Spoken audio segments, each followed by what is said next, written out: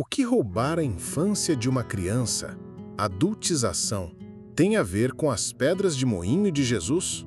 Olá e seja muito bem-vindo, seja muito bem-vinda a mais uma reflexão aqui no Parábolas Modernas. Hoje nosso tema é delicado, urgente e absolutamente crucial para a saúde das nossas famílias, da nossa igreja e da nossa sociedade. Quero começar te convidando a voltar no tempo, à sua própria infância. Lembre-se do que era ser criança. Lembre-se da simplicidade de uma brincadeira, da capacidade de se maravilhar com coisas pequenas, da confiança quase cega nos adultos ao seu redor. Lembre-se de um tempo em que as preocupações eram pequenas e o peso do mundo ainda não havia pousado sobre os seus ombros. A infância, no plano original de Deus, deveria ser um santuário, um período protegido de crescimento, aprendizado e inocência. Um tempo para ser simplesmente criança. Mas olha ao nosso redor. Ligue a televisão. Role o feed das redes sociais. Observe as conversas. Vemos crianças vestidas como adultos em miniatura, dançando coreografias com conotação adulta, consumindo conteúdos que suas mentes ainda não têm maturidade para processar. Vemos crianças sobrecarregadas com agendas de executivos, pressionadas a performar, a competir, a serem as melhores. Vemos crianças se tornando confidentes dos problemas conjugais de seus pais, forçadas a carregar fardos emocionais que não são delas. Esse fenômeno tem um nome: adultização. É o roubo silencioso e progressivo da infância. E isso nos leva a uma das advertências mais aterrorizantes que já saíram da boca de Jesus. O que esse ato de roubar a infância tem a ver com a imagem assustadora de uma pedra de moinho amarrada ao pescoço? Fique comigo, porque a resposta de Jesus a essa pergunta revela o quão sagrada é uma criança aos olhos de Deus. Para entender a seriedade da advertência de Jesus, primeiro precisamos entender o valor que ele atribuía às crianças. No tempo de Jesus, a cultura não dava muito valor a elas. Eram vistas como seres incompletos, propriedades, quase que um estorvo, até que se tornassem adultos produtivos. E é nesse cenário que Jesus faz algo revolucionário. Em Mateus capítulo 18, os discípulos, em sua mentalidade adulta e competitiva, perguntam a Jesus: quem é o maior no reino dos céus? Eles esperavam uma resposta que exaltasse o poder, a sabedoria, a influência. Mas Jesus chama uma criança, a coloca no meio deles e vira o mundo deles de cabeça para baixo. Ele diz: eu lhes asseguro que, a não ser que vocês se convertam e se tornem como crianças, jamais entrarão no reino dos céus. Portanto, quem se faz humilde como esta criança, este é o maior no reino dos céus. Jesus não apenas valoriza a criança, ele a estabelece como o modelo, o padrão de fé e de grandeza no seu reino. Por quê? Por causa da sua dependência, da sua confiança, da sua humildade, da sua capacidade de simplesmente receber amor sem achar que precisa merecê-lo. Enquanto o mundo adulto corre atrás de status, poder e independência, o reino de Deus é para aqueles que se reconhecem como dependentes, pequenos e necessitados da graça do Pai. A criança não é um pré-adulto a ser moldado o mais rápido possível. Ela é um ícone vivo do tipo de coração que agrada a Deus. E é imediatamente após elevar a criança a este status sagrado que Jesus profere a sua advertência mais severa.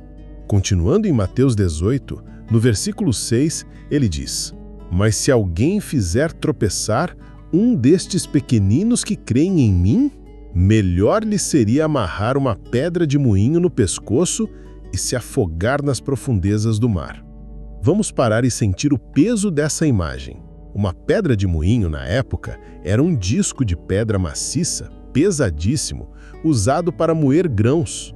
Amarrar uma dessas ao pescoço de alguém e jogá-lo no mar não era apenas uma sentença de morte, era uma sentença de aniquilação. sem chance alguma de sobrevivência, sem sequer a possibilidade de encontrar o corpo. Jesus está usando a linguagem mais extrema possível para dizer: a ira divina contra aquele que corrompe a fé e a inocência de uma criança é algo terrível, inimaginável. O que é fazer tropeçar? Em grego, skandalizo, um pequenino.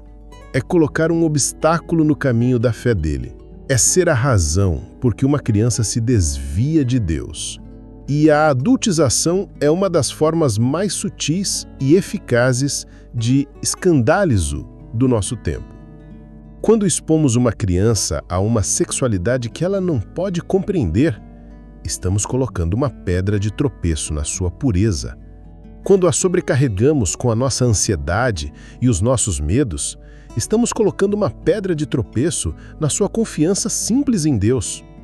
Quando a ensinamos que o seu valor está na sua aparência ou na sua performance, estamos colocando uma pedra de tropeço na sua identidade como filha amada de Deus. Cada ato de adultização é um ato que empurra uma criança para longe da simplicidade do Evangelho e a joga no mundo cínico e complexo dos adultos antes da hora. E para isso, Jesus reserva a sua advertência mais severa.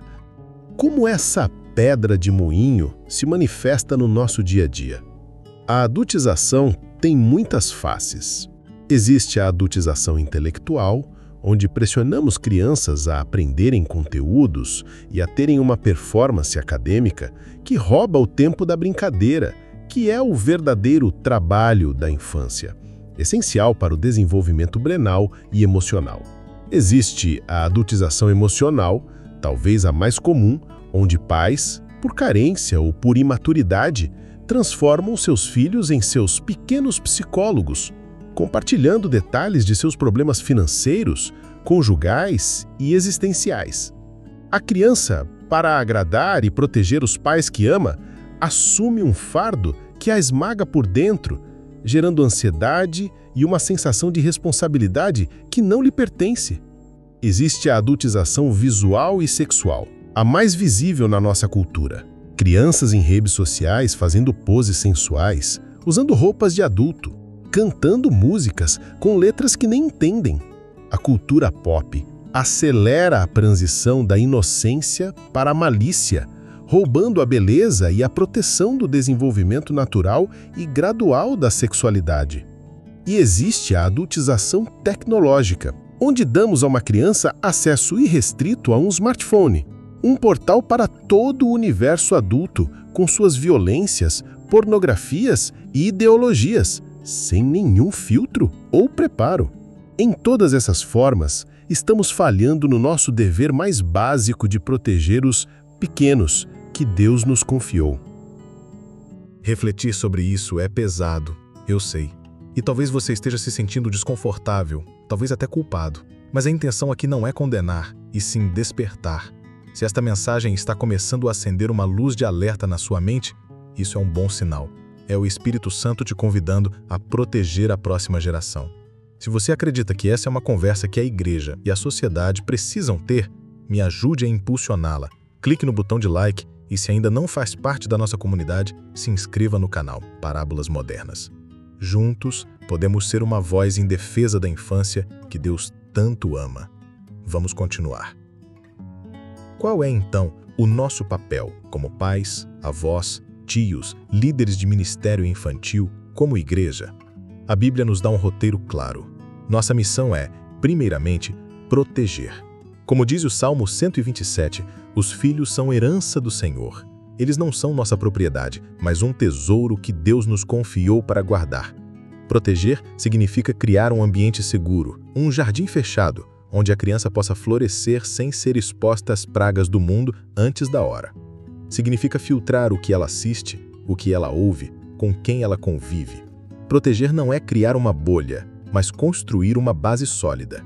Nossa segunda missão é prover. Prover não apenas o sustento físico, mas prover amor incondicional, disciplina consistente e, acima de tudo, um exemplo de fé. A melhor maneira de ensinar uma criança a amar a Jesus é amando a Jesus na frente dela. E nossa terceira missão é preparar.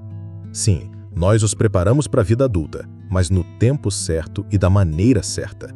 Como diz 1 Coríntios 13:11, quando eu era menino, falava como menino, pensava como menino. Quando me tornei homem, deixei para trás as coisas de menino. Há um processo, uma transição. Nós não jogamos uma criança de 8 anos numa aula de cálculo. Primeiro ensinamos a somar. Da mesma forma, ensinamos sobre a vida, sobre as dificuldades, sobre a sexualidade, de forma gradual, com sabedoria, de acordo com a maturidade de cada fase, sempre à luz da palavra de Deus. Talvez você esteja ouvindo tudo isso e pensando, eu falhei, eu adultizei meu filho, eu expus minha filha a coisas que não devia. O Evangelho não é uma mensagem de condenação, mas de restauração. O primeiro passo é o arrependimento. É chegar diante de Deus e dizer, Senhor, me perdoa. Eu não protegi a herança que o Senhor me deu como deveria. Me dá sabedoria para fazer diferente a partir de hoje. Se seus filhos já são mais velhos, talvez seja o caso de, com muita sabedoria, pedir perdão a eles. Dizer, filho, eu te sobrecarreguei com um peso que não era seu. Me perdoe. Essa humildade pode abrir portas para uma cura profunda. E a partir de hoje, podemos começar a devolver a infância que foi roubada. Como? Incentive a brincadeira livre, o tempo na natureza, o tédio criativo. Diminua o tempo de tela e aumente o tempo de conexão real. Proteja a inocência deles com unhas e dentes. Filtre o conteúdo. Vista suas crianças como crianças. Deixe que as conversas delas sejam sobre coisas de criança. Modele para elas uma fé simples e alegre, não um fardo pesado e religioso. Nunca é tarde demais para começar a regar o jardim da infância com a água da graça e da proteção de Deus. A imagem da pedra de moinho é um alerta severo do quanto Deus odeia o abuso e a corrupção da inocência. Mas a imagem central do Evangelho é a de Jesus com os braços abertos, dizendo, deixai vir a mim os pequeninos e não os impeçais, porque dos tais é o reino dos céus. Nosso chamado, como seguidores de Cristo, é sermos agentes que removem os obstáculos e não os que os colocam. É sermos um porto seguro, onde as crianças possam encontrar o amor de Jesus de forma pura e simples. A adultização é um dos maiores impedimentos do nosso tempo. É uma barreira que criamos entre a criança e a alegria descomplicada de conhecer a Cristo. Que possamos, como Igreja de Cristo, ser conhecidos como os maiores defensores da infância. Que as nossas casas e as nossas igrejas sejam os lugares mais seguros do mundo para uma criança ser simplesmente criança. Porque ao protegê-los, não estamos apenas cuidando do futuro da igreja, mas estamos honrando o coração do Rei que se declarou o maior protetor dos pequeninos. Esta é uma conversa que precisa continuar. O que mais te preocupa sobre a adultização das crianças hoje? Como podemos, na prática, proteger a próxima geração? Deixe a sua opinião e as suas ideias nos comentários. Vamos construir juntos uma comunidade de proteção. Se esta mensagem ressoou em você, por favor, deixe o seu like e compartilhe este vídeo. E claro, se inscreva no Parábolas Modernas para não perder nossas próximas reflexões. Que Deus nos dê sabedoria e coragem para guardar a preciosa herança que Ele nos confiou. Um forte abraço e até a próxima.